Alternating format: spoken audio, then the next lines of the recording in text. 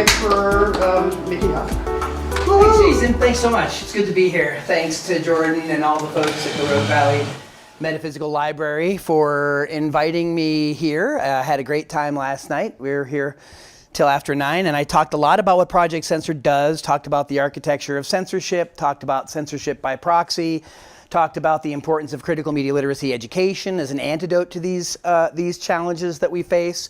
We talked about mis and disinformation. We're going to talk a little bit more about that this evening. But last night we outlined a lot of the challenges, a history behind a lot of the problems that have been created for us in our media ecosystem. And tonight I was going to be and we did get into solutions last night. We did talk about things we can do about this, and it was we had a great conversation, and I hope to continue that this evening. So tonight, what we were going to be focusing on is more, well, you saw on the flyer, it's riffing on the media and you, which, by the way, hang on a second, let me come over here. Didn't save a copy for myself. I want to focus a little bit on this book this evening. And I want to talk to you more about the importance of critical media literacy education on the backdrop of all the challenges that we're facing. And here we are in another election year, right? So things tend to be more heightened, more people kind of crawl out of the woodwork and kind of, pay attention momentarily, right? The people that haven't been paying too much attention for the last couple years suddenly are paying attention, and they're in many cases, they're like trying to catch up to what's happening, what's going on. And those of us that painstakingly pay attention every day often speak very different languages than the people that come around every few years, right? We have different experiences. We have different contexts. We have different things that we think about, which is, well, I mean, it's good and bad, right? It's not everyone is going to be on the same page about these issues. Not everybody has the same level of awareness about how our media system operates. But curiously, folks, even if they're not paying terribly close attention, they have gotten the sense in the last decade particularly that something's not right. Something's not right with the media. Something's not right with our so-called free press. And we had a lot of noise coming out of the 2016 election that focused on the shortcomings and failures of the establishment press. And we saw a lot of the major media outlets talk about, they went on their mea culpa tour, right? Jeff Bezos's Washington Post said that democracy dies in darkness, and Jeff's there, of course, to turn out the light. We heard about, and of course the New York Times crows about always being the paper of record. Whether or not it's accurate doesn't matter. It's just the record, right? We'll talk more about that. We talked about that yesterday. All the news printed. Yeah, all the news that fits the print, as I like to say, because it's already printed, and if it doesn't fit, it falls on the cutting room floor. But nevertheless, sort of rank and file people in this country really started to detect that something was amiss with the way that the press was operating. And this is not just coming out of nowhere. It's taken a long time to get there. I wrote this book with Nolan Higdon, United States of Distraction, Media Manipulation in Post-Truth America, and what we could do about it. My last trip up here was 5 years ago before the plague came and things changed. But since then, I think I've done like 7 or 8 other books. But they're all about these subjects, right? But this was the book where we really took a dive of looking about the historical context of how did we get here? How did 2016 come along and all of a sudden Trump was talking about fake news? And it was a weaponized phrase, right? And let's not forget that it was the Democrats and Hillary Clinton that started this trope about Russian interference and Russian fake news and Macedonian troll farms. And of course, Trump being, being a fairly successful con man and grifter, he basically picked up that message and turned it around and weaponized it against the press itself. And the press got really caught up in not just the coverage of the election, but they really were, it's almost as if they were running for something. Like they were vying for the most attention, the media, the press, right? And of course, that's evidenced in many ways, including, one of the most damning was Les Moonves before he got Me Too'd. He was then the head of CBS News. He was at a tech convention in San Francisco in the summer before the 2016 election, and he actually said the quiet part out loud in front of a microphone. He said, "Sorry, it's a terrible thing to say, but bring it on, Donald. Keep going. It may not be good for America, but it's damn good for CBS." He further noted, "I've never seen anything like this, and this is going to be a very good year for us." That's small u and small s, meaning he, the shareholders, right? Those folks, their advertisers, those people. Not big U, big S, like United States, like us, the rest of us, we the people, right? And, Moonves wasn't just speaking for CBS, he was speaking for the entire industry. Right? I mean, the fact that they claim they'd never seen anything like it is fairly miraculous because the media engages in the creation of spectacle, right? That's what they do. And Trump was the gift that is, the grift, that keeps on grifting. We're still talking about him falling asleep at a trial. For years when he wasn't even running for everything, the media couldn't not talk about what he was doing, even though there's another administration, right? And so it's that hyperfixation that distracts people. And meanwhile, there's a million other things that have been going on.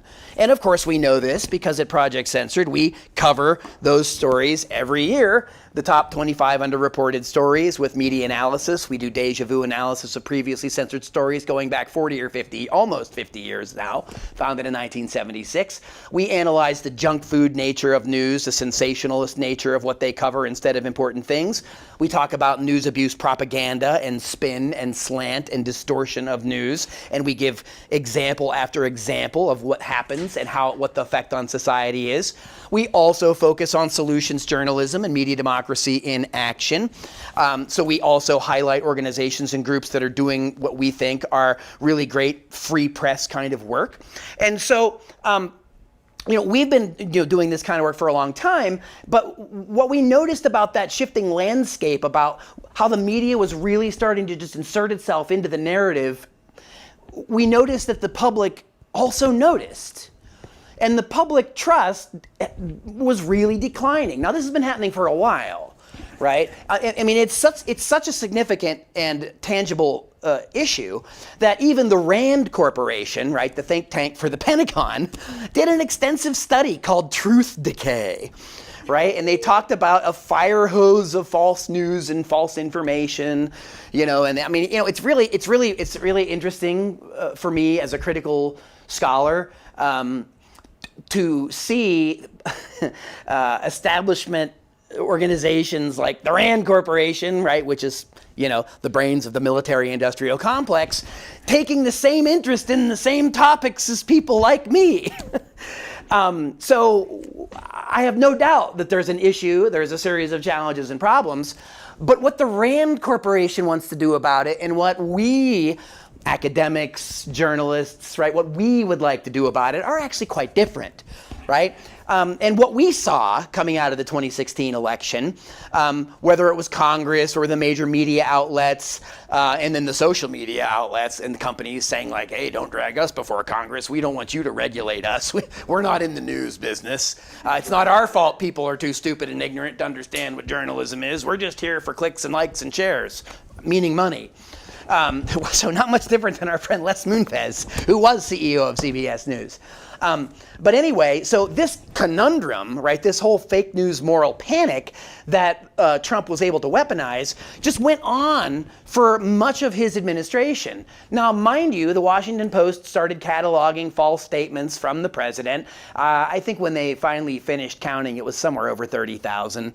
I can't remember. But curiously, when Biden came in, the Post shut down the unit that was tracking presidential or executive branch lies because, I don't know, like the senator from MBNA's never lied or done anything crooked in 50 years in politics, I guess. No need to check every president's statements, only Trump's. Well, look, even if we grant the fact that Trump was a special case when it came to prevaricating, stretching the truth, saying outlandish things, it's not the case that no other presidents do these things, and we know this. So for people paying even a little bit of attention, like even people that maybe don't like the Washington Post, they kind of noticed that count. They made a big deal out of it. Marty Barron, who was the editor there for a long time, he made all kinds of hay about these lies. And of course, the Washington Post and the New York Times propounded with great sobriety the nonsense called Russiagate. We know Russia meddled in the election, but to what effect, right? The media is supposed to focus on how things work and what the consequences are, not just pointing fingers and then running for the door. Well, but that's mostly what they did. Rachel Maddow at MSNBC made a cottage industry of covering Russiagate. Even liberal outlets and people like Tom Hartman, whom I know and have been on his program, he's a wonderful person. But even he propounds this issue of Russiagate still. It's an election year, so it's back, right? It's back. All the business with Trump and the trials, well, that never went away. And of course, the problem of fake news, we've got to do something about mis and disinformation. I'm going to come back to the Rand Corporation in 1 minute. And we'll do Q&A in a bit, and I promised I wasn't going to talk as long tonight so we could have more interaction, because I actually want to show you what we do for our solutions. I want to talk about how we make America think again. I want to talk about why critical media literacy education matters. I want to show you how we're trying to teach young people what the media is, what it does, and how they can navigate it and not be used by it. They are the products on social media, right? And what we want to do is not finger wag about this stuff so that they're afraid of it. We want to teach them what it is. There's a lot of power in media, right? And there's a lot of power in solutions journalism and citizen journalism. So there's a lot of positive things that we actually can do and that many people are already doing, right? So I don't want to spend all the time on gloom and doom. But back to Marty Barron, Russiagate, right out of the election gate, these people were repeating over and over falsehoods by this really shadowy organization called Prop or Not, which was basically saying that they had all this evidence of Russian interference and Russian meddling in the election. So too did CrowdStrike and others. By the way, when some of these groups were actually forced to testify under oath and not just be paid consultants to the Senate Intel Committee, very different relationship, isn't it? When you're a consultant, you're paid to do something, you produce what you're paid to do. Do you know what the Senate Intel Committee was doing? They were hiring out to have people prove that Russia meddled in the election. So guess what the people that they were paying found? They found evidence of what they wanted, right? Except when they then had to testify under oath, CrowdStrike ended up saying that they didn't actually have evidence. That it was hearsay, that they were connecting dots, that they were making speculations or assumptions. It's kind of just like how the 17 intelligence agencies had high level of confidence in Russian meddling. I don't know about you all, but the last time I checked out Intel reports, they didn't make decisions on the basis of high levels of confidence. Usually they had to have a lot of details, evidence, facts. Okay, so even the smart people at Harvard got in on it, Yochai Benkler, and they did a whole book called Network Propaganda. That showed, as we did in our Censored 2020 book back in 2019, that the evidence of the meddling was there, but the evidence of having any measurable outcome was not. And in fact, if you go and look at some of this, in fact, this is on our website, talking about the Trojan horse of fighting fake news, because this is what I'm getting at, back to the Rand Corporation, is that a lot of interested parties got interested in policing fake news, right? And of course, that's the outsourcing of critical thinking. And then these are all kinds of organizations from Snopes, PolitiFact, other groups were like, well, we'll look at the facts, we'll look at the stories for you, and we'll rate and rank them. Of course, then we got things like NewsGuard, right, that big tech companies want to put right in your browser so that it automatically rates the sites you go to as you go to them. Of course, who's at NewsGuard? Well, it's like a who's who, like a litany or a list, a roster of former government spooks and military intel people, right? It's not objective observers, it's not journalists, it's not social scientists, right? It's a lot of other people. Ground news. What about ground news? Yeah, we can talk about that. We can talk about that later. But just on this point, then again, back to things like Prop or Not, our government made a lot of effort to tell a certain story. despite the fact that when others were investigating what they were trying to say and showing that there were shortcomings with it, those people were then attacked as pro-Putin. I mean, it gets sophomorically idiotic, right? That somehow you're a Russian stooge because you were basically saying, yeah, Russia meddled. Actually, the United States meddled in 80 different elections since World War II, right? Russia, about a third of that, right? So we all, China does it. All these countries meddle in elections, but not to the effect to which, nor the magnitude that the United States has done globally since World War II. I mean, that's just an historical fact. Bringing that up, however, makes me pro-Putin, I guess, who's an authoritarian dictator, right? I'm not a fan of Putin. I shouldn't have to say that. But, you know, in our weirdly ideologically hypercharged, hyper-partisan climate, we spend half our time making disclaimers before we say anything because we're fearful that someone's just going to judge us out of the gate. Because why? Because our partisan Team Red, Team Blue media that most people tune into sets them up for these cues, right? It's almost like they give them a list of like, if someone says this, that means they're that. If someone says this, that means they're that. If someone questions Dr. Fauci or Big Pharma, they're an anti-vaxxer flat earther, right? You can't have any kind of nuanced intellectual discussion, in other words. Hey, wait a minute.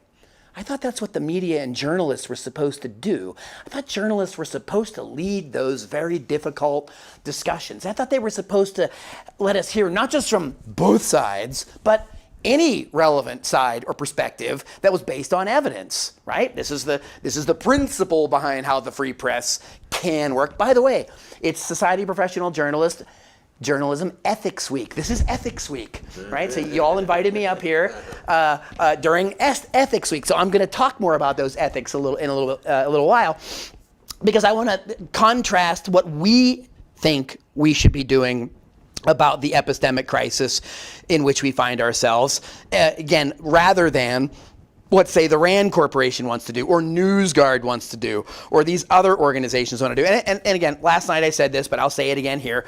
You know, when the social media companies were hauled before Congress and they were getting finger wagged, they were like, well, we'll hire fact-checking teams. Cool.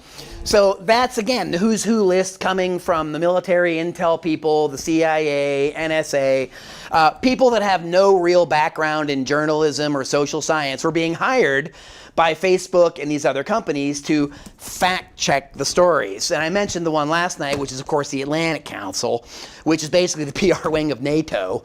And NATO, by the way, in all of this fracas of like, well, we really must need media literacy, right? And the RAND Corporation talks about what their media literacy looks like, only trusting authoritative sources, right? So for them, it's the Washington Post, the New York Times, Wall Street Journal, right? That's the truth, and everything else is propaganda. And then you've got, of course, groups like Proper Not, like tagging and black. It was neo-McCarthyism. They were like, we have 200 known sites that are Russian bots and Russian plants. Nonsense. They had no evidence for any of it. But anyway, you know, NewsGuard in particular, the Atlantic Council, NATO actually has its own media literacy program now. And then they were working with people at, guess where? PEN America. I'm not sure what's going on with, you know, the intellectual sort of leadership over at PEN America these days. If you're paying attention at all, you'll notice that they're in the middle of a massive meltdown right now over their silence over what's happening between Israel and Gaza. And PEN is actually unraveling at this point because of their inability and unwillingness to address the things that are going on in a frank way. Well, they're not alone at PEN. The corporate media hasn't been addressing it either. They've been begrudgingly having to mention things that people are showing them, but then they usually spin it or frame it or dismiss it or what have you, right? And again, that's what they do. But this is also part and parcel why, back to our friend Moonves, 2016 election, this is why trust in big media journalism has been declining for years. You know, and I mentioned this the other day too, I'll mention it again over at NPR. Yuri Berliner just resigned from that position after 25 years because he basically wrote an expose about why their listenership and the people at NPR were drifting away. And he talked about because they were increasingly partisan. They were increasingly playing the Team Red, Team Blue game, right? And of course, you don't even have to read the Washington Post to know what team they're on, right? Again, this is why people, they may not know all the details, but they can smell something's not right, right? Like when the Post stopped counting the presidential lies, you know what that looks like? Looks like to somebody else that maybe they're not interested in finding out other people's false statements, only one guy's. It just doesn't work that way. Once you start to lose the trust of a generation of people, it's very difficult to wrest it back. Ask Lyndon Johnson and others about Walter Cronkite, right? When after the Tet Offensive, he on air was saying like, I thought we were winning this war. Well, as Cronkite went, so went much of the rest of Middle America, right? Well, now we've gone so far back to more partisan coverages in media that people just tune in with their confirmation bias, right? If they like what they see at CNN, they just watch it. And if people tend to like CNN, they won't watch Fox, and then vice versa, right? It's almost like everything has been turned into some kind of sporting competition, right? Except when politics turns into a sporting competition based on trivial things that don't really affect people's lives, what happens is you start to lose trust in the political system. You lose trust in the electorate. We've seen all of this stuff happening. By the way, I'm sad to say that this came out in 2019. We easily could have had another chapter on the Biden administration because everything we wrote in here is continued. And by the way, this is not a one-sided screed. We go through and we actually talk about the problems of Team Red, Team Blue media. We talk about Sean Hannity. We talk about Rachel Maddow. You know, we talk about how they're two sides of this propaganda coin, and propaganda is a form of censorship. It means that not all the information, not all the contextual kinds of information are coming out. Well, these kinds of questions, these kinds of things that tip people off as to the kinds of questions to ask about the power structures behind media and the decisions are made, that's what we mean when we say critical media literacy education. We're not telling people that this site's better than that one. We're not saying, oh no, the gray zone's terrible, Democracy Now! Has far more legitimacy. No. What we try to do is give people the tools so that they can start learning those things on their own. And they start formulating arguments and opinions, hopefully informed ones, about the things that they're seeing. And then we go back and forth and we have dialogue, we discuss it, right? And you don't have to be formally in a classroom to do that, which is why we wrote this book, ironically, is a textbook. And it's Rutledge, so it's too expensive. But it talks about critical thinking guide to communication, conflict management, and critical media literacy. Let's agree to disagree, right? And it doesn't mean be a doormat. It doesn't mean, let wanton violent racists run roughshod over you. But it does mean that you will hear out an argument. You'll ask for evidence. You'll allow people to have time to discuss and explain positions before you interject and start beating them over the head with your truth stick, right? And look, because our media models that behavior, right, going all the way back to Crossfire and CNN, right, back when Jon Stewart went on there and called Tucker Carlson a dick, because basically he's like, you're hurting the country, with this stupid back and forth. You're not talking about key issues. You're not really even talking about key disagreements. You're just poking at people and starting fires and running away. And that has been damaging. And I mean, here we are sitting, and again, we've chronicled all that stuff. But what we wanted to do, and this is why we did this book, came out last year. No, I'm sorry, very, very late 22, but for all intents and purposes, early 23. We decided that it's not enough to just write these kind of things that only like Rutledge, only mostly academics see it, right? That's why we started the censored press, so that we could publish things like this written for a general audience that didn't cost 50, 60, 80 bucks, whatever, right? So you can actually have a trade paperback version. And we wrote this for young people. And we had 10 authors collaborating with us on this from all different ages, including some people that were college students themselves. We had teenage people proofreading, giving us feedback, right? We had all kinds of things like that happening. The lot of us run the gamut from ethnic studies people to critical media literacy scholars, historians, journalists, etc. And we wanted to put this together, and we figured, look, there's nothing going on like this in K-12. There's only 5 states in this country that mandate media literacy education. California is recently one of them. However, the mandating of the teaching of media literacy is, well, it's an empty vessel. there's nothing like this that's going in and teaching people how to be responsible users of media or to ask critical questions about how media operate, right?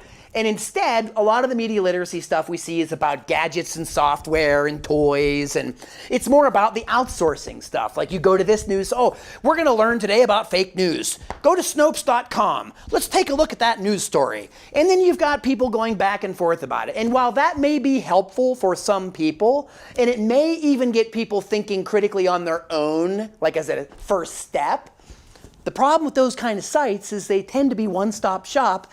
People go there with their confirmation bias, they click on something and they're like, I knew this was not true, and then they don't investigate it any further. Critical media literacy doesn't stop with the one click. It says, well, wait a minute, who said so? And what source are they citing to claim that this is a fact or this is not a fact? That didn't go away, that process of the critical thought, right? It doesn't just go away because somebody else pretends they did it for you. Not all fact checkers are equal. Not all media literacy education is the same. And so we wanted to try to point that out in this book, The Media and Me. And what we've discovered, we've been picked up by some pretty large school districts in the country for teacher training, and we've been donating copies and trying to get copies into schools. A lot of schools, as you know, what we've seen happen, especially in the last 4 or 5 years, teachers are really struggling. Schools have had to turn into triage centers for everything but education. And so, mindful of that, we wanted to give people something that they could use, right? And so I'm going to show you a couple websites here in a minute. But we've been riffing on these themes for a while. In this book, the final chapter was all about solutions. And we were joking around and we said, well, let's make America think again. I'm not sure if we were ever very thoughtful or great. You know, there's definitely an intellectual tradition in history in our country for sure.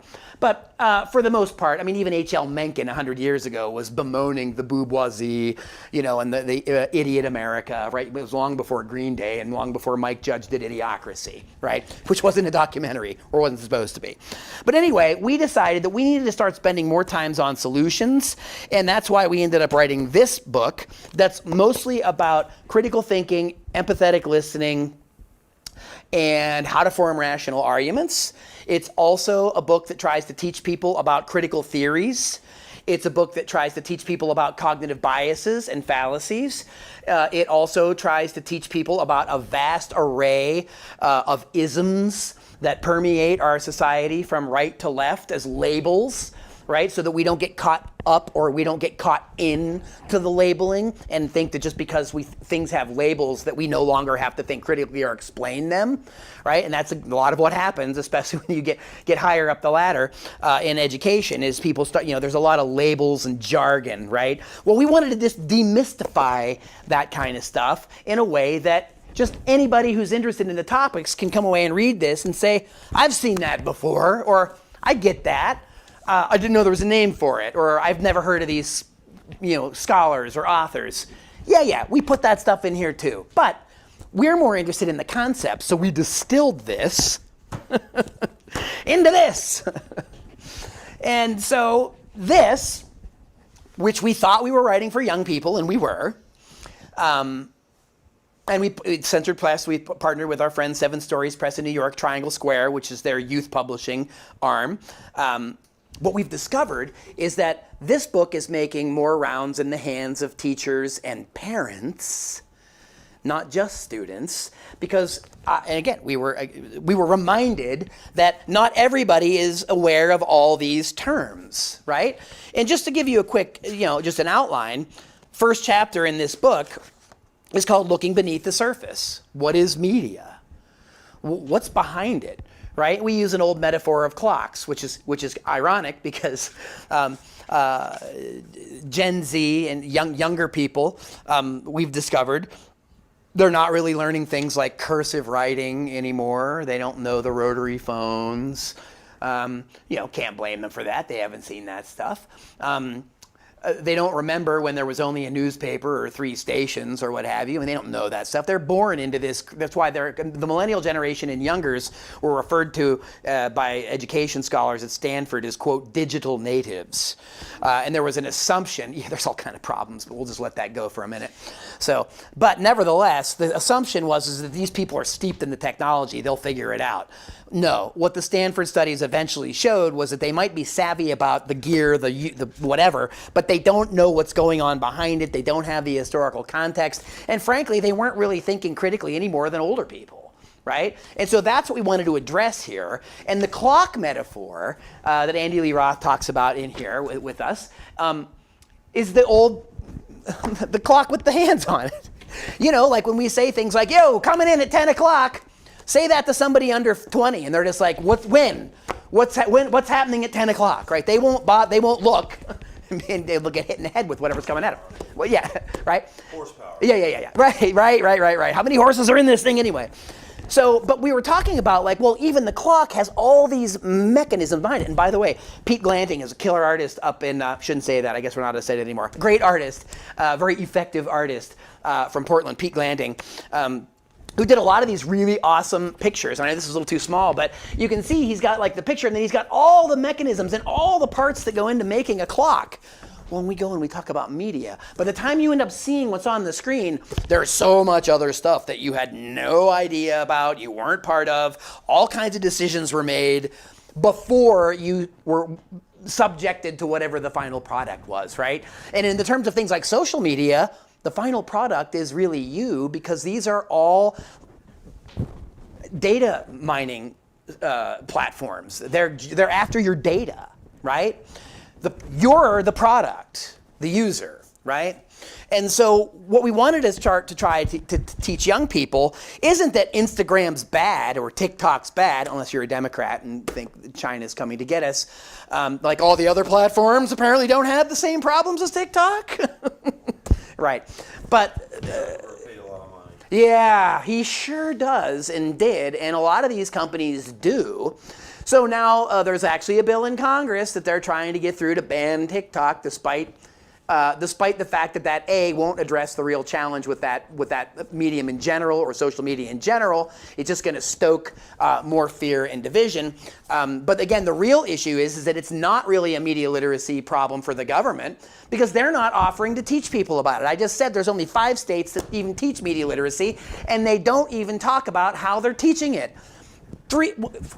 5 years ago, I live in Northern California, so I was talking to Bill Dodd and representatives in Sacramento about media literacy, and they had a different version of a media literacy bill going on then. And by the time we started to send information to him, he was like, oh yeah, all the guys from Silicon Valley have been sending us stuff for months. And I was like, oh, sure they have, right? Yeah, and he basically said, well, get in line, we'll look at your stuff too. And I just said, listen, we're not the same. I know that they seem like they are well-intentioned, and I know they talk a good talk, and they are offering things. We'll give all the kids iPads. We'll put screens in all the schools. Well, that's part of the problem, right? And again, the idea that the screen is the solution, we dissect that right here. We're like, the screen is a wall. It's like a two-way mirror. And they don't want you to see what's behind it. We want you to see what's behind it, and then we want you to act accordingly. We're not here to tell you good, bad. We're not here to tell you what you should do about it. We'll give you a bunch of people that are doing things about it. We'll talk about a bunch of ideas that other people have, but we would like to hear, what do you think about all of this? And that's how this book was written, right? So the first chapter really goes in and says, looking beneath the surface, and then what are media? Chapter 2, right away, critical thinking, nuts and bolts, right? Fallacies, logical argumentation, cognitive biases. And at first, some folks were saying to us, you're teaching this to 12-year-olds? And I'm like, well, you should see, I got a couple of those, and they're very, very bright, and they do say the darndest things. And yes, as a parent and someone that also believes in this stuff, I practice what I teach. And I have worked to, and my wife and I have worked to help support and develop our children in ways that they are critical of everything. And they're critical of us, right? And when you're a parent, that's kind of, you're setting yourself up, right? Especially for the teenage years when they have great arguments against you. Yeah, right, yeah. No kidding, man, yeah. Thank you, I appreciate the luck because that's what it takes. But nevertheless, we really strongly believe that those are the tools that lead people to find their own paths. These are the ways that people can find their own versions of liberty and freedom in their lives, right? So after we're teaching them about critical thinking, the next chapter is, well, what's critical media literacy? Because we hear a lot about media literacy these days, right? But what's critical about it? And often when people hear the word critical, what do they think? Criticism. Aha! Don't be critical, right? Yep. You're negative, right? Yeah, negative. Being critical doesn't just mean to be negative. Being critical also means that you're examining, you're asking questions, you're dissecting, you're seeking awareness, you're seeking more knowledge, right? And this is what we mean. So again, where we start out, it says when you think of critical, you think, well, critical must mean you dislike something. Well, not always, because critical can be used in a variety of ways, including thinking carefully about something, asking questions of something, practicing media literacy. Where it's going to take you. Yes. Where can it take you, right? It can take you to many unknown places, right? Things you wouldn't even have known to ask about in the first place, right? So what's critical about critical media literacy? Well, what we note here in the book is what's critical about critical media literacy is taking a bit of a distance from our media choices to examine them more thoroughly. Instead of looking only at your screens, we want you to look behind them. So I just said that a minute ago, channeling what's in chapter 3. And so we go through the whole chapter and we talk about we talk about political economy. We talk about the means of production of media, because journalism refers to itself as a private for-profit industry, not necessarily one that is in the public interest, right? There are nonprofit public interest outlets, right? And they sometimes do really great reporting, but they're few and far between. ProPublica comes to mind. They've done some really great reporting over the years. And there are other outlets. But again, we're trying... 73 What about it? says evidence. Oh, yeah, that's in the critical thinking chapter. Yeah, evidence and facts. But we also do this. We talk about brand management. We talk about representation in media. We talk about stereotypes. And we have a whole chapter on representation. Who's being depicted? Who's not? Whose voices and perspectives are heard or championed? Whose are not? Whose are denigrated? Whose are ignored entirely, right? And so we go through and, I guess for some critics of us, I guess we make the mistake of talking to young people as though they're people. Imagine that. And imagine what happens when you do that. Where was this book when I was writing all that curriculum? I'm sorry, it came out in 22. So we were writing. A lot of time. Yeah. Well, you got it now. You've got it now. And you can steal it. Please steal it. And we have a glossary and I have a study guide for it, and I'll give you anything you want, right? And by the way, that goes for anybody in here. If you're an educator or you know an educator and you want something, you want them to look at it and let me know, I want you to have this book in particular. If you're at the college level, let me know, I want you to have the book that he just held up a minute ago. Part of what I'm doing here is I'm not just here yapping, although I can do that for hours. I'm also here to leave things behind, right? Plant seeds, give things away. I donated at least 6 different titles to the library here because this is an amazing resource. Not only do you have community radio, KSKQ, but you've got this library of amazing literature, philosophy, things that you're not really going to find in a lot of bookstores. So of course, this town's lucky enough to have an independent bookstore, right? A lot of places don't have that anymore. Amazon's doing everything, right? Just like places don't have a lot of newspapers anymore, and we live in news deserts, right? Well, we talk about those things in this book and how it affects people living in their communities. So after we talk about representation in this book, we go and we talk about, well, you have to talk about this because this is what media is mostly about. It is mostly not just stereotypes and representation and these kind of things that we're getting at, but it's also advertising and consumerism. The very commercial core of our mass media, where the news also lives, right, has just gobbled up all of what used to be firewalled off, right, as the news ran at a loss. The news was supposed to just be the boring public service part that stations did for their, for their First Amendment right privileges, right? And they're like, well, we ran the news, we're good, now we can go back to pablum and nonsense. Except that the news started to figure out, well, how can we get more people watching it? How can we profit from it, right? And that really kicked off in a big way with cable, right?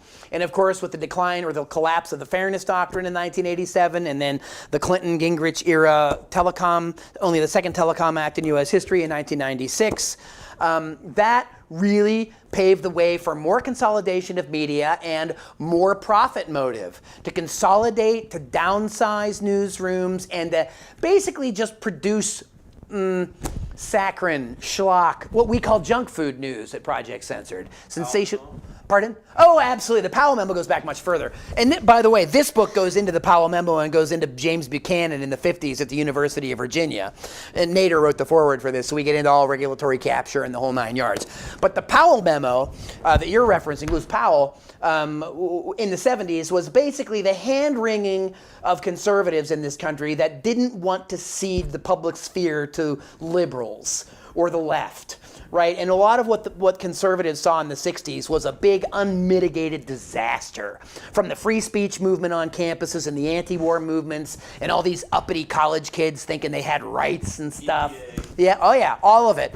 EPA, gay and lesbian rights, the whole, all of it. These, and Powell, writing to the head of the Chamber of Commerce, who was his neighbor, basically said, look, what are we going to do about this? We can't just let these people run roughshod over our interests. And so those groups started things like the Heritage Foundation. They started these other right-wing think tanks in the Nixon administration. Nixon and his vice president, Spiro Agnew, started long before Trump, the press is the enemy of the people business, riffing off the Lügenpresse back in the post-World War I Germany, and then with the rise of the Nazis. The Nazis also demonized the press as the enemy of the people, right? And so this is an old trick. But anyway, you'll remember Agnew called the media nattering nabobs of negativism, that famous alliteration of his. But I think that was William Safire. Safire did a lot of the writing for Nixon. Safire was pretty brilliant character, conservative but brilliant guy. Well, Roger Ailes had the idea for Fox News. Yeah. In the Nixon. Yeah, and of course that's where Roger Stone cut his teeth, right, in that day and age, and that's why he's got the big Nixon tattoo on his back. We were leaving out the other guy that died. He had cancer, and that Lee Atwater. He was cut from that same cloth in the Herbert Walker years. But these are people that definitely they took notice of the Powell Memo. The Powell Memo was, we got to take over the public sphere. We got to shut down these universities. We got to close off the media, or we got to have our own media, right? And of course, Roger Ailes. Come 1996, the same year as the Telecom Act, not even 10 years after the Fairness Doctrine's gone, Roger Ailes kicks off Fox News. And they Limbaugh came sooner than that. Limbaugh came right after the Fairness Doctrine collapsed. Conservative media buys up AM radio. Yeah, absolutely. Well, the Democrats, many of them, were turning towards cable and other elite technologies. Remember the Democrats and Clinton were like the internet highway, the super highway, all that jazz. So they ceded AM radio to, and I talked about this last night because because I grew up in Western Pennsylvania in the shadows of the collapsed steel mills. They just left all that flyover territory to be eaten up by the Rush Limbaughs and Fox Newses of the world. They just figured nobody listens to AM radio anymore. Translation: the Ivy League elite Democrat coastal people don't listen to AM radio anymore. Do you know who listened to AM radio all day? Working people. Truckers, farmers, workers. They listen to it all day. I used to listen to it. You couldn't avoid it. So I was very, I was in college at the time, and I'm like, man, this Rush Limbaugh guy, like, what's going on? This guy's on for 3 hours. Yeah. And then there was 3 hours of somebody else just like him. Have you seen the documentary Brainwashing? Oh, yeah. Yeah, actually, you know what? Jen Sanko wrote, she's in the book. Okay. So in the Media Democracy in Action chapter, we included her in the book writing about that this year, right? Yeah. And so, but I will go a step further and suggest that it isn't just Fox News, right? And that's the problem with, in my view, of that focus. It doesn't take anything away from the film or what Sanko did. She has a very fine and well-sourced argument. It's just I also extend it in the other direction, right? Sure. Any part of the corporate media where that kind of stuff is happening. And that goes back to the Lewis Powell memo. Corporate media means something. Right? It's not mainstream. There's nothing mainstream about 6 elite billionaire corporations that control 90% of this kind of information that we get. Just like there's 5 major tech companies. That's not mainstream. That's one of the biggest propagandistic coups for language control in the last 50 years. The fact that people can call this corporate propaganda mainstream news. And it's also ignored when a big company like Rupert Murdoch News Corp. Yeah. Like consolidation. Yeah, they all buy. Sinclair, all of them. It didn't make any difference. Yeah. Yeah, well, it makes a big difference. In media, as A.J. Liebling quipped in 1961, right, the New Yorker, or New York Magazine, the best way to ensure a freedom of the press is to own one, right? And again, we've seen that over and over again. So anyway, back to our story. In this book, chapter 6, we're already getting into, well, we have another chapter on multiple literacies: media literacy, civic literacy, historical literacy. There's all kinds of literacies that we're not always great at, right? We're not very literate folks. And that's not because we don't necessarily want to be. All of this stuff, Powell Memo on, we started to see more and more privatization of the schools, right? And the whole No Child Left Behind under George W. Bush that was once upon a time championed by the Secretary of Education under George Herbert Walker Bush, Diane Ravitch. She became the most vocal, vociferous critics of a policy that she once championed because, like an honest intellectual, she looked at the results of the policies and she said, my God, this doesn't work. And she said, I was wrong. Teaching to the test isn't working. We're losing literacies. We're losing skill sets. We're losing a generation. Loss. Well, millennial generation, right? This is what we're talking about. Right? And we're it's just now been the idea, well, maybe the standardized tests are problematic. And then COVID hit and things got even weirder and worse in a lot of ways, right? But multiple literacies is something that we need to be teaching, right? And so since we know that people aren't mandated to teach media literacy and teachers don't have a lot of time or resources, that's why we wrote the book. We've donated over 1,000 of these last year to libraries and schools all around the country, right? And we're going to donate more, right? We want to get it in people's hands. And one of the things that I wanted to pull up here, hello camera, is I just want to be the media, huh? You'll see on the project site we have all kinds of things that we do in the classroom, teaching guides. Folks, this is all free. You got teacher friends, you got people in the school system, you got librarians, please share this stuff with them. I will zoom into anybody's class. I'll zoom into your library. I'll do whatever. But this is the stuff that you really want to get to people, right? Check this out. This is a 100 and some page book we wrote back in 2016. It's free. It's dated now, but it's free. Look, all this stuff is in here. All of these things are in here. Yeah, all of this. All of this kind of stuff is covered. We have lesson plans, we have assignments, you name it. We have all and that was years ago we did that. Now we also have this. We work with librarians. I'm part of the Banned Books Week Coalition. We're part of the National Coalition Against Censorship, Project Censored. So we work with people who teach library science and information science, like Susan Merritt at San Jose State. And we talk to them about, well, what's this checklist? What can normal, regular, everyday people do when they're coming across a source or information they don't know about, right? Here's the kind of thing. And look, this isn't, this is distilled to 2 pages, right? We've filled books with this stuff. But the point is that this is something that gives people an overview. It gives people a chance to see what's happening. Now, I was just talking about this book, Media and Me. This is a teaching guide, an educator resource. Micah Card is a grad student down at UC Santa Cruz, works with Nolan Higdon, who was one of the authors of this book with us, and I've done a couple other books with Nolan. And she put together this amazing, she is a K-12 critical media literacy educator. She's getting her PhD in this, right? She's doing this important work. She did this study guide with us. There's all the authors. By the way, we paid her for that, so it wasn't grad assistant labor only. We try to practice what we teach. But look, this is just the study guide. And each chapter goes through and tells you what's the overword, what are the key words, what are the discussion prompts. So in other words, you could be a teacher that takes a look at this.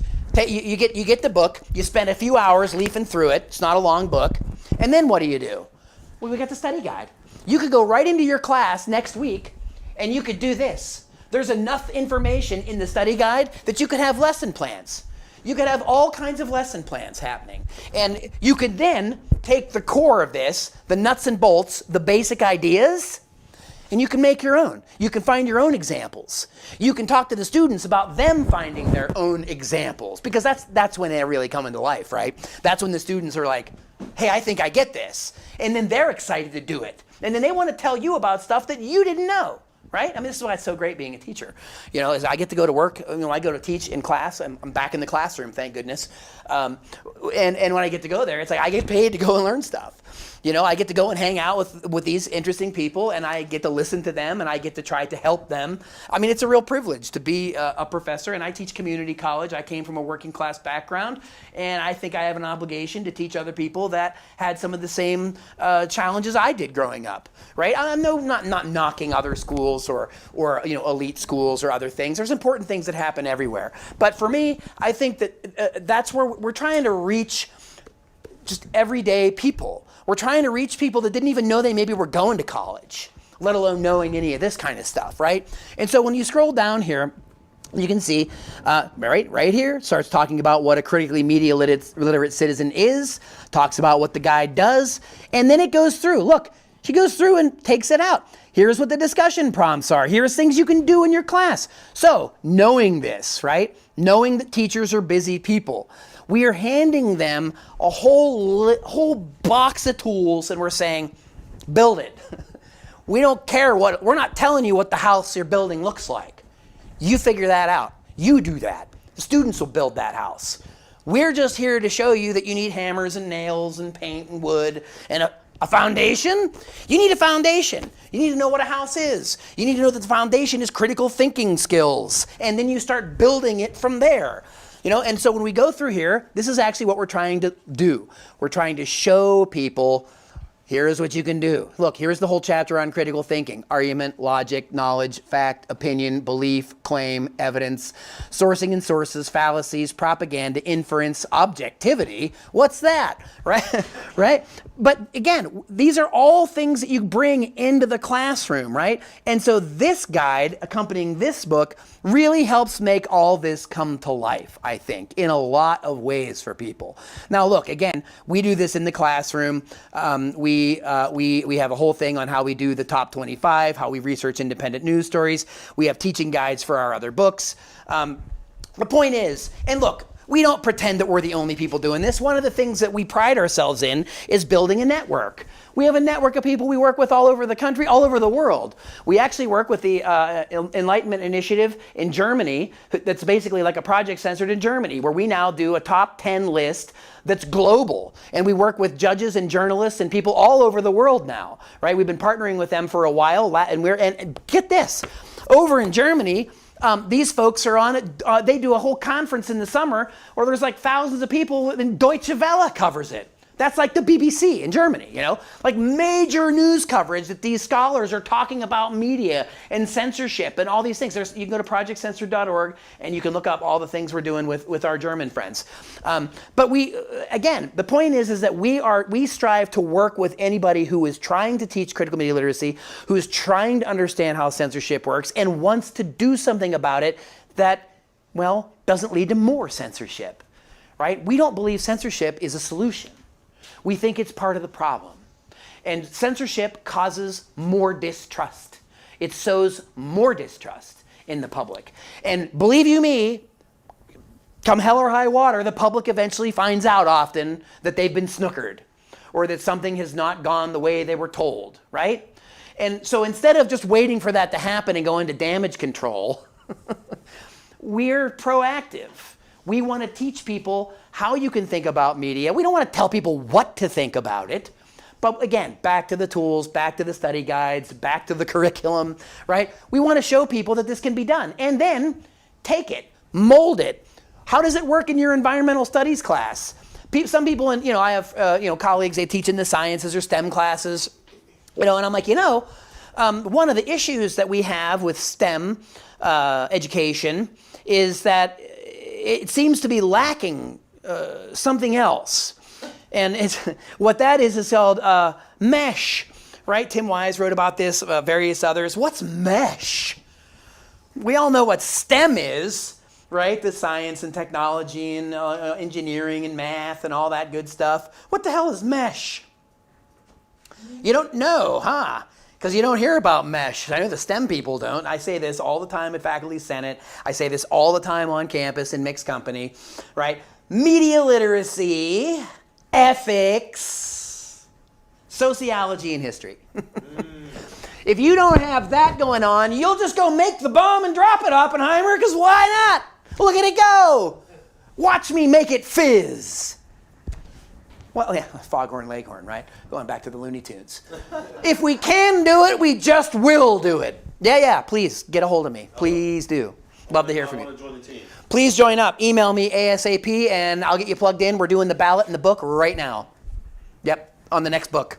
Nice to meet you, man. So anyway, the short of it is that look, price of admission. One person wants to join the team. To me, that's a success. That's a success. Because that one person who teaches, right, is going to go and tell students and maybe use a book in the class, and then that's how it spreads, right? We don't get to have the Fox News platform, maybe, but we'll take whatever platform we can get, and including TikTok, Instagram. We're on those places that we criticize, but we're there criticizing them. We're on those platforms. Like, let me just show you real quick, just so you can see it for yourself. If you just go to our website at projectcensored.org and you scroll down, I think we're hooked. Yeah, we're hooked up, right? So, yep, okay. So here we go. Let me see if I can do this. Our webmaster has been rebuilding. Oh, look at us go. Social media. What? Project Censored's on all these sites. Here we are on Instagram. Oh my gosh. We're on TikTok. We must be working with the Chinese spies. Well, let's see. What are we doing on TikTok? Well, we're doing this. I'm going to continue as a guest. So here we are on TikTok. Something went wrong. No, it couldn't have possibly gone wrong. Here you go. So here's what we're doing on this. We do the Project Censored show, been doing it for 14 years. We have a team of people doing social media. We have a critical media literacy in action series of shorts. We're doing 90-second to 3-minute clips on critical media literacy concepts as they apply to stuff happening right now. So you could watch a 3-minute clip and understand a concept. I know that's not the whole 9 yards, but you get somebody where they are. And right now, a lot of people are just on the drive-by screen, right? Scrolling by, doom scroll. Well, guess what? When they come into something like this and they maybe see something like this and they're like, hey, wait a minute. What's this? What's this one about? Like, for say, no, you can't hear the volume on it. But as corporate media cover this assault, right, that's going on in Gaza, Alan McLeod, who's a PhD in media studies, who is the staff writer, senior staff writer over at Mint Press News, he does a whole breakdown on headlines. So he just takes news headlines and he says, watch what the headlines say versus what's actually happening, right? He says, here's what the editors chose to title the article. Here's what the facts are actually about the story. And oftentimes, you won't find out that unless you read 6, 7, 8 paragraphs into the story when you start saying like, hey, wait a minute. The headline said something else, and now 8 paragraphs in, it's saying that the headline isn't accurate. But why is it the headline? Ask the editors, eyeballs and advertisers, right? Got to have a snappy headline, got to be something that's not going to tee off the investors, the shareholders, the advertisers. How do we do that? You do know that recently, and again, I just wanted to show you this, that like we're there. So, again, I know Newton Minow quipped that back in the day FCC, the television was a vast wasteland because it was a great source of information that was being abused for sensational, idiotic purposes. We could say the same about social media, or as media scholar Siva Vaidnathian calls, he wrote a book called Anti-Social Media, How Facebook is Ruining Democracy. Well, it's not just Facebook, but you get the idea, right? But again, we're trying to talk about solutions. We're trying to talk about things you can do, and we think, by the way, that these are things that everyone can do. So as we get to the end of Media and Me, we talk about advertising consumerism. We have a whole chapter on news and journalism for young people. We're literally talking to them about what is the news. And over half of people in this country don't consciously watch news or read it. There's a concept that our cohorts in Europe talked about, that we wrote about in the book this year, called news snacking. That the news will just find me. Here it comes on my feed. Here's the scroll. Oh, here it is on my feed. Oh yeah, I like that. Oh, you shared that with me. Oh, I know what's going on. Again, that's all determined by algorithms, bots, confirmation bias, stuff other people might want you to see. That's not the same as going and consciously listening about what's going on in the world around us. That's a different process. But guess what? We start talking about that right away. We're not saying not to scroll around. We're not saying you're not learning things by checking out stuff that's going on your phone. What we are saying, though, is what is ethical journalism in the public interest? What does it look like? Here's a bunch of examples, right? And again, we tell people and we show people. We're like, this is what you can do. Given that it's Society of Professional Journalists it's Ethics Week. Here's the Code of Ethics right here. What is it? According to the Society of Professional Journalists, journalists should seek truth and report it. Ethical journalism should be accurate and fair. Journalists should be honest and courageous in gathering, reporting, and interpreting information. Minimize harm. Ethical journalism treats sources, subjects, colleagues, and members of the public as human beings deserving of respect. Act independently. The highest and primary obligation of an ethical journalist is to serve the public, not their paymasters. Be accountable and transparent. Ethical journalism means taking responsibility for one's work and explaining one's decisions to the public. And of course, it goes into detail and it talks more and more about what that looks like. But we teach that to young people. And we ask them to go and turn on, quote, the corporate news. Go watch Fox, go watch CNN. What's the headline in the New York Times that Alan McLeod was deconstructing, right? And we tell them, well, what do you think about that? What kind of questions are you going to ask about this now that you're thinking about news and ethics, right? And you'd be really surprised what young people come up with. We often just say, oh, they're on their gadgets, they're zoning out. No. They're not always zoning out. They're zoning into other things maybe that we're not. But they pick up on things. And the more you can help show them some of the things they're looking at, the more they'll start picking up on their own. And they'll start telling you things that you're seeing, right? We saw that the whole problem of people sharing fake news on the internet or on social media, it wasn't the biggest problem among young people. It was a bigger problem amongst older people, right? It was still a problem across the board, but it wasn't as if, oh yeah, the older generation has it all figured out.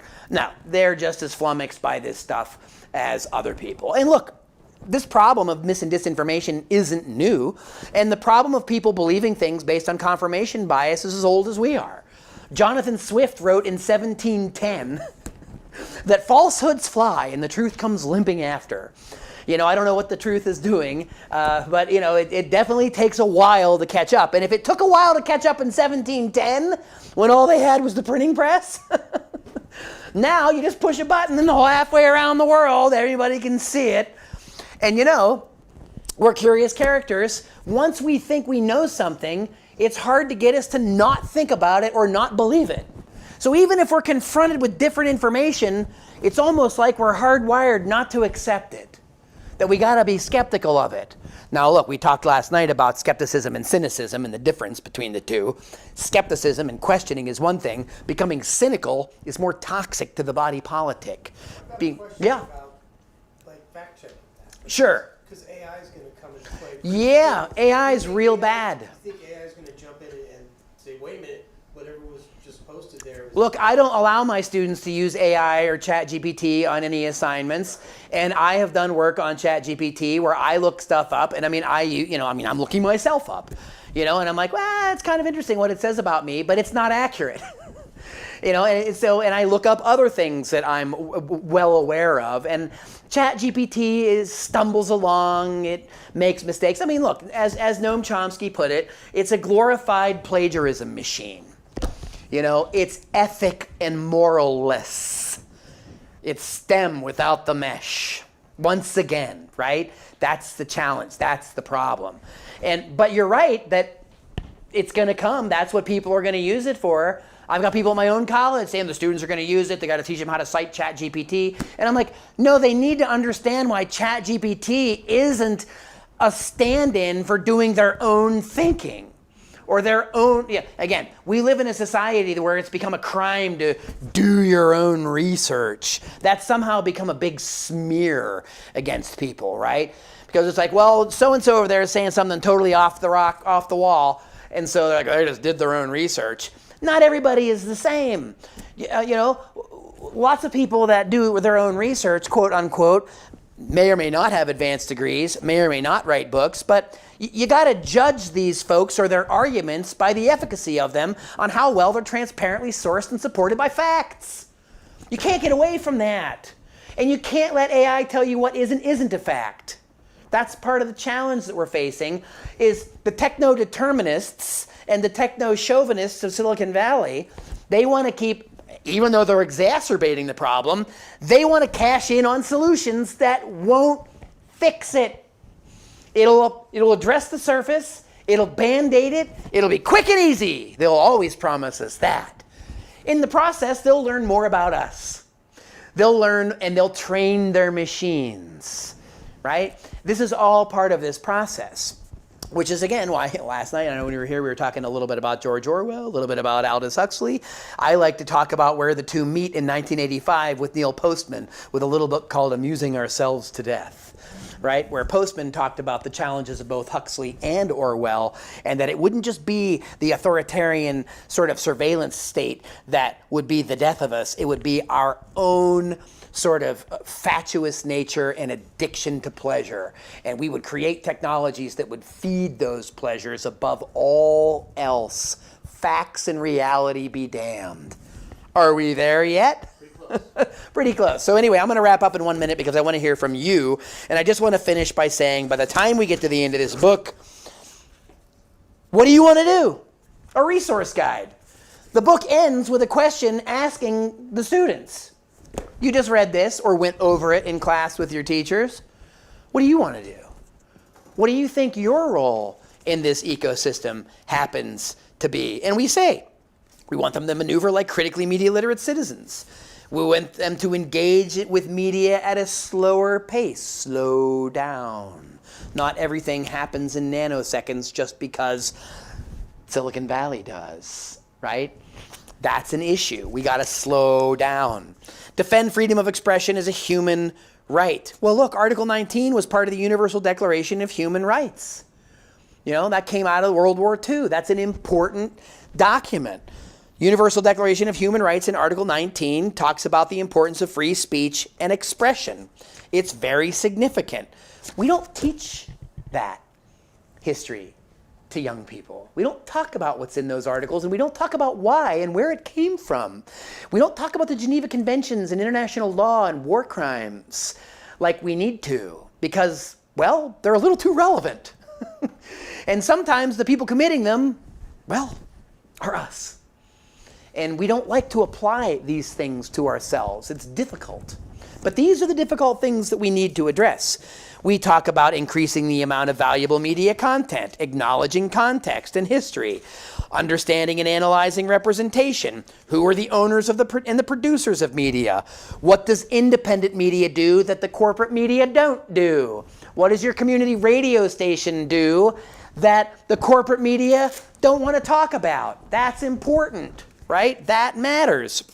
Make solutions-based journalism a priority and engage in activism, not slacktivism. Understand and know and use technology in a way that leads to more productive conversations and enlightened outcomes, not just something that you're zoning out to or as a means of escapism, right? It doesn't mean that we can't have escapism. It means that we can't just rely on this kind of technology as a perpetual infotainment machine. We can't function as a democratic republic unless we have accurate, fact-based information that creates meaningful civic engagement, right? And so that's what we're trying to promote with the work we do at Project Censored. That's the work that we're promoting in The Media and Me, and of course in the book, Let's Agree to Disagree. The last chapter in Let's Agree to Disagree actually is an acronym called Let's Get Critical, meaning the positive definition of critical I read earlier. And we give people 8 stages of things they can do to become more critical. They can become critical thinkers. C, create constructive dialogue, not just destructive dialogue. R, reflect on your communication practices. How we say things often means more to people than what we're saying. So we don't think about the delivery, we just think about, I just gave you the facts. Well, how did you do it? Did you do it in a way where you were slapping somebody around, or did you give somebody a chance, right? I, inquire, be a critical thinker, lead by example. T, test theory and spot ideology, understand the things you see. Another I, investigate and evaluate mass media. Another C, critique content. What is fake news? What is ethical journalism? A, assess, analyze, and evaluate digital media use and abuse. And finally, L, spelling the word critical, lead by example. Democracy is not a spectator sport. So with that, I am open for your questions, comments, anything else you want to talk about for the time we have remaining. Since democracy isn't a spectator sport, I'd love to hear from all of you, and thanks so much for coming out this evening. I appreciate it. Thank you very much. I never hear people talk about is after World War I, a bunch of mostly American elites. Yeah, funded about Eddie Bernays. studies. Yeah. I talked about that last night. Yeah. You do? Okay. Yeah, I did. I talked about Bernays last night. Edward Bernays is... Thanks for coming. Thank you. Thank you so much. For all your good work. Yeah, thanks so much. Hey, did you get a copy of this book, right? Oh, I would love it. Yeah. I'd love for you to have a copy. I have a big family. Yeah. Well, I'd love for you to do. Again, if you can buy the book, that's great. If not, I just want you to have it because I want you to do something with it. Wow. I mean, there's not a lot of pages, so burning it won't get you very far.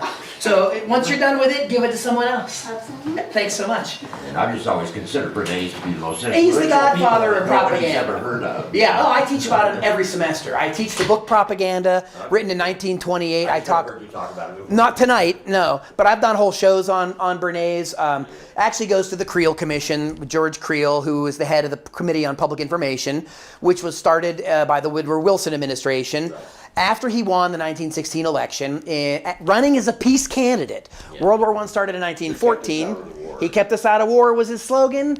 And right as soon as he was reelected, he got real busy creating the Creel Committee or the Creel Commission. George Creel, the ad man from media, and he tapped Eddie Bernays, the nephew of Sigmund Freud, who applied many of his uncle's theories on social psychology to media manipulation, and thus was born mass media advertising. I'm so glad you mentioned that because I was born in Germany during the war, and one of the odd things in my background is that my parents did not let us watch television. Yeah, well, they're probably pretty smart. I did not see television until I was 28 years old. Well, you're lucky. And it made such a difference because I went back to college to get a teacher's certificate, and the way people talked about their own lives was in reference to television shows. That's right.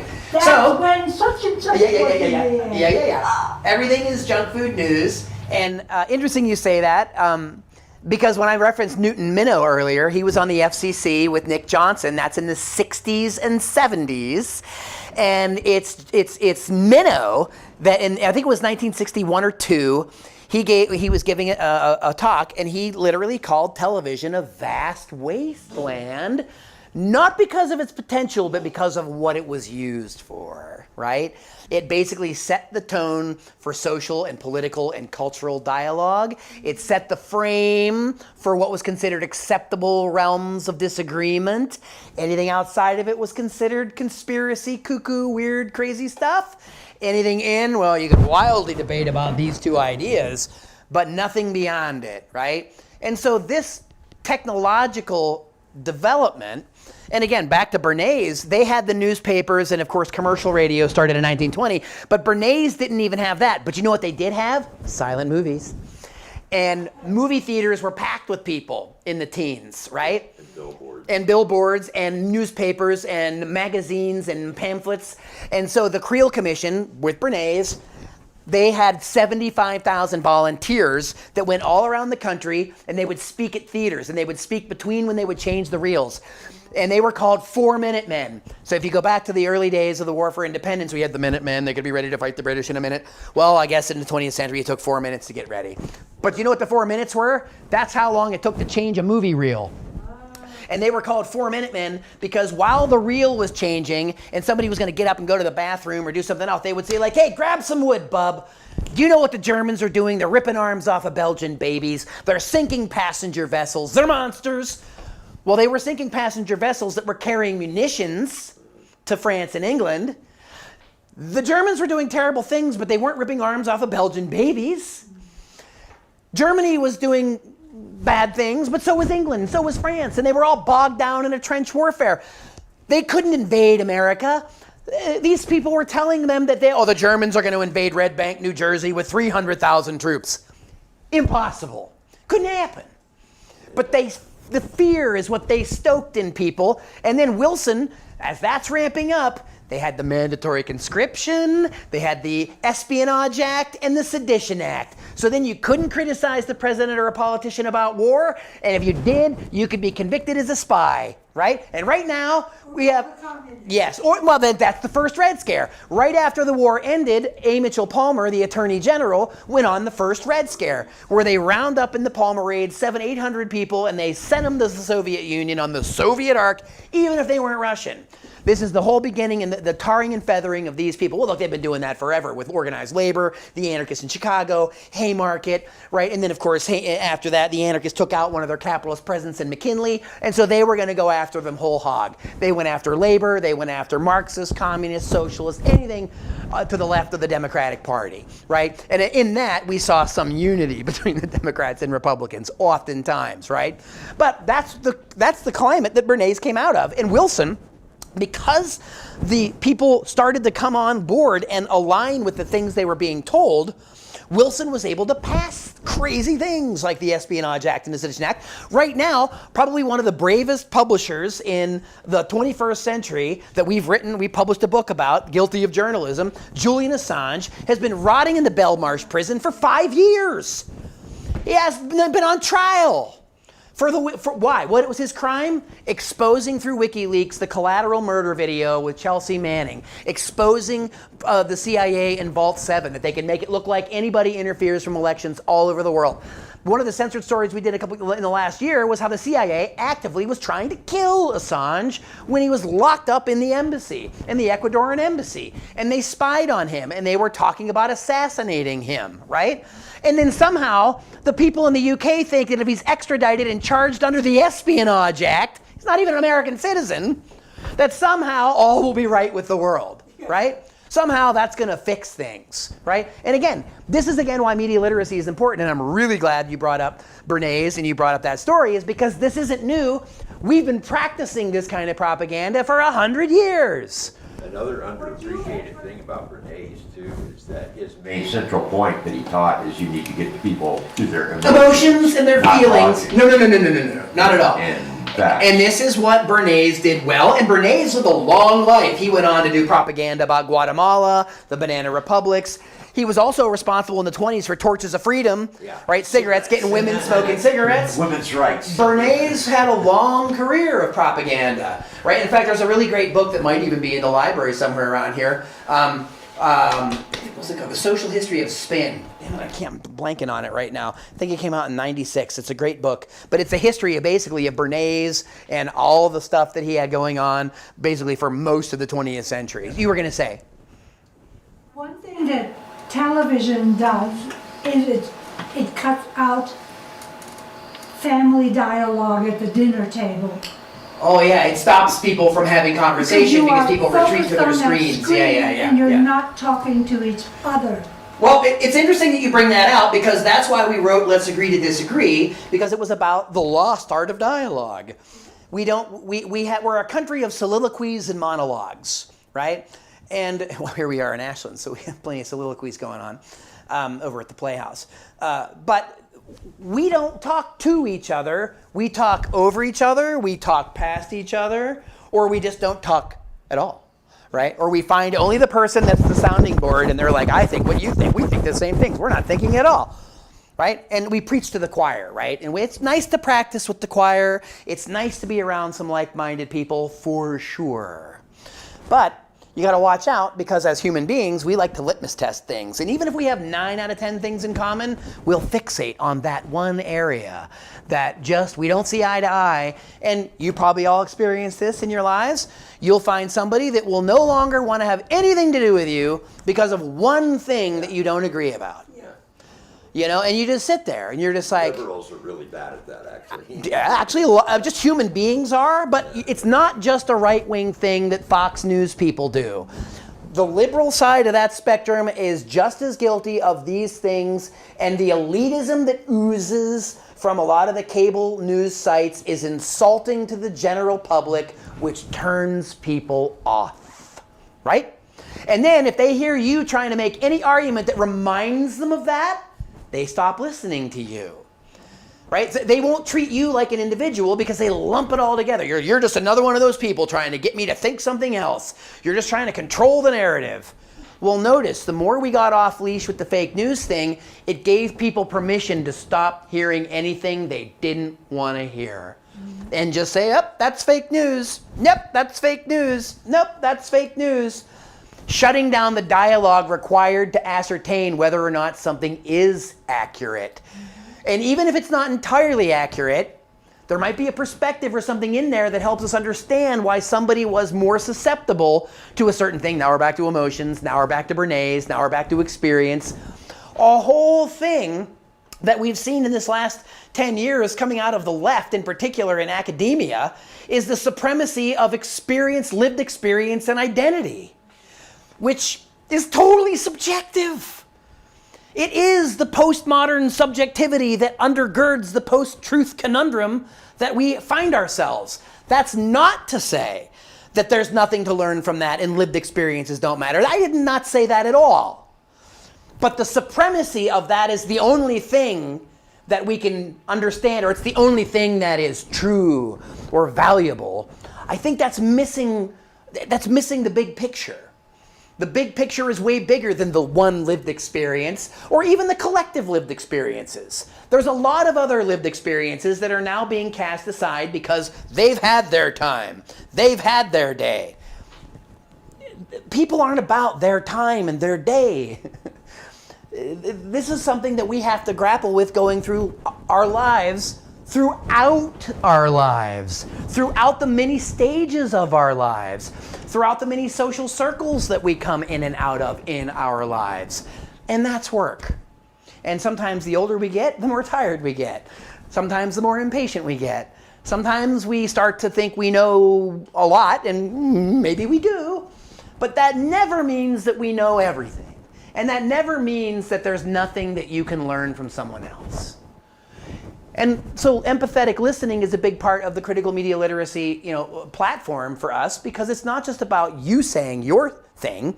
It's about somebody else actually communicating to you if they actually heard what you're saying.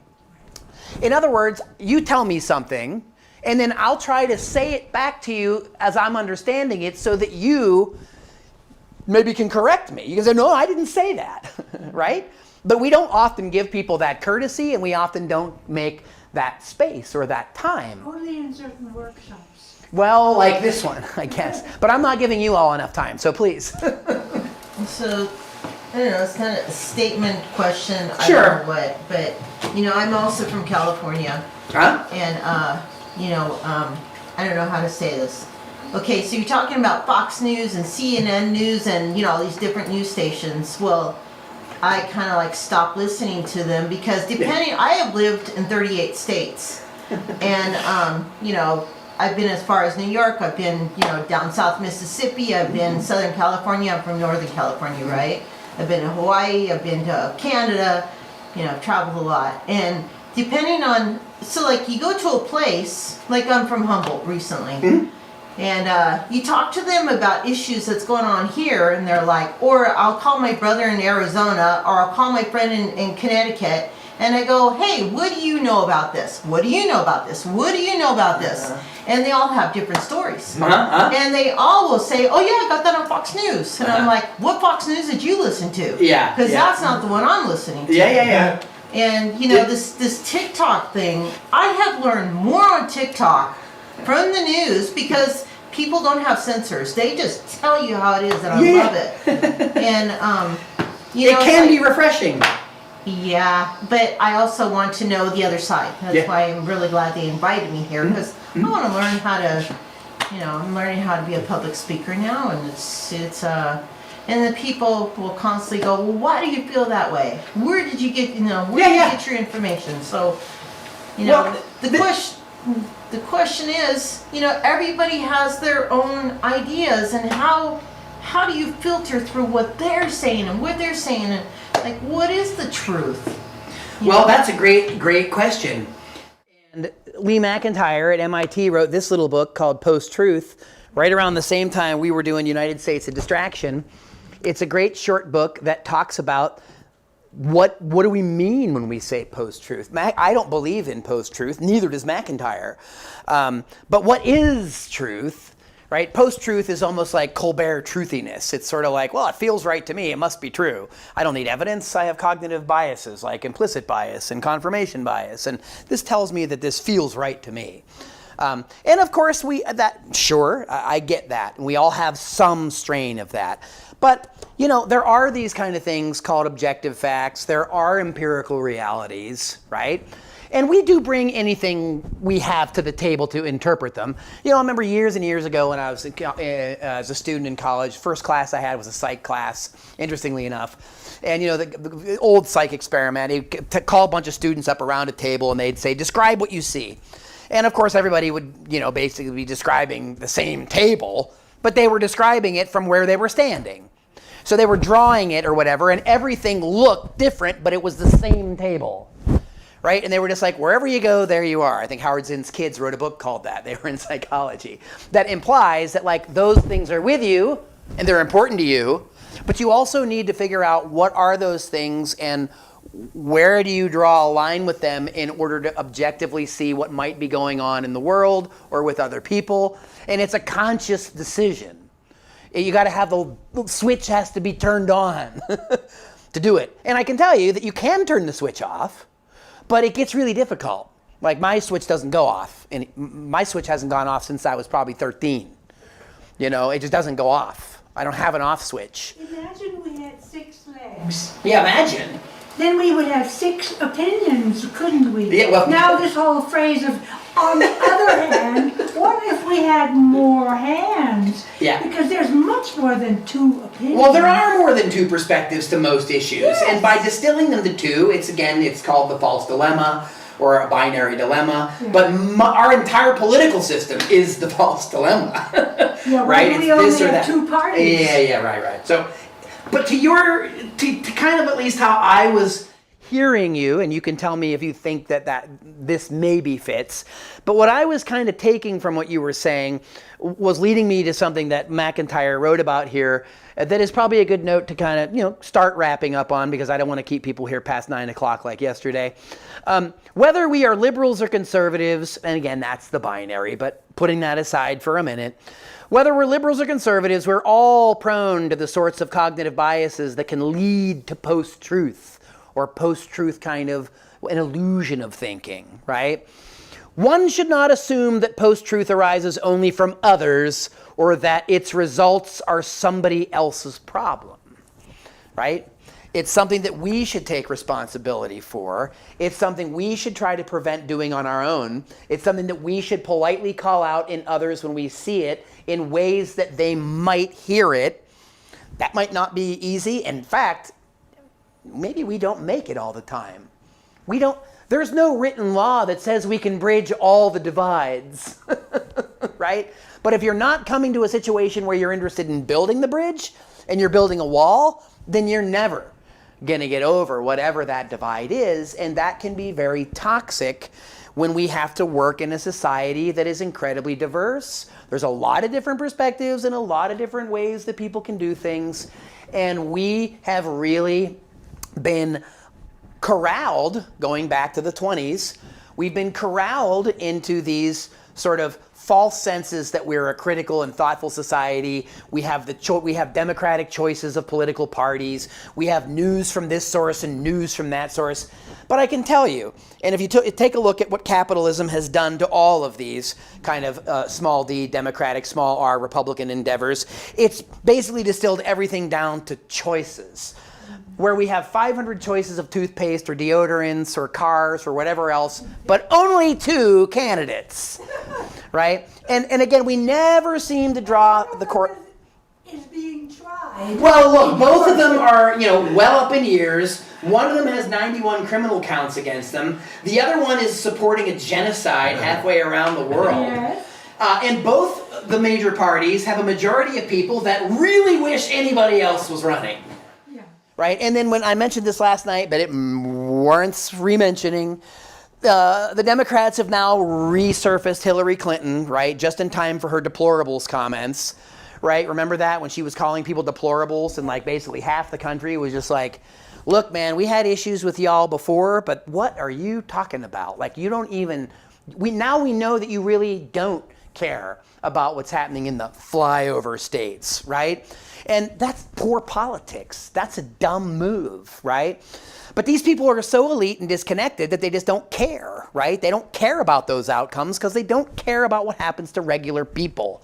I know they would argue otherwise, but I've got a long litany and list of policies and things they've enacted that have hurt an awful lot of people. So they can save it, right? But they trotted her out on the Jimmy Fallon show where he asked actually a great question, even though he's not a journalist. He said, what do you make of all the people that are dissatisfied in the uncommitted voting? And people are just like, they don't really like these candidates. What do you make of that? And her response was, people need to get over themselves. These are the candidates. One is a great guy who's doing good things for the America, and the other one's an old man that has criminal counts against him. And she acted like that was some kind of an applause line that was going to win votes. And again, I'm just saying, I'm like, look, okay, New Yorkers and San Franciscans, are you happy now? Because everybody in between those two places just click the dial and they're not even going to watch anymore. And a lot of people have already zoned out enough. They're like, I don't even want to pay attention. I can't even with this. That's the kind of cynicism that settles in, that becomes very dysfunctional when people just can't care anymore, right? And that's what critical media literacy can help address. It can put you back in the driver's seat of your own mind. It can allow you to decide where you're getting information and what to do about it. And you can begin building your own networks of people to talk with, to dialogue with, to have different ideas and opinions with. And you can start exploring the vast realm of independent non-corporate media that has all kinds of views and reports and things that are based on facts and evidence, which is what we cover every year in the Project Censored books and for free on our website at projectcensored.org.